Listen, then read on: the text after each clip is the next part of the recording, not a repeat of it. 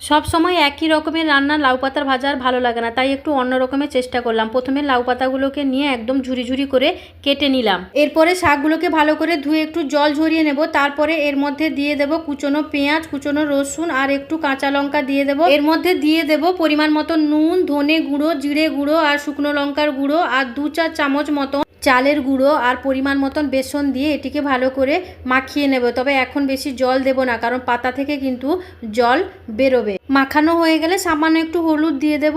এরপর গ্যাসে কড়াই গরম করে তাতে একটু রিফাইন অয়েল দেব।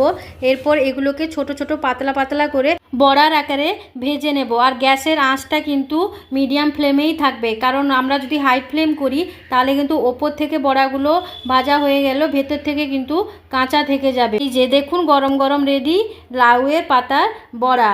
কি অসাধারণ হয়েছিল বন্ধুরা, আপনারা কিন্তু একবার বাড়িতে অবশ্যই বানিয়ে খাবেন।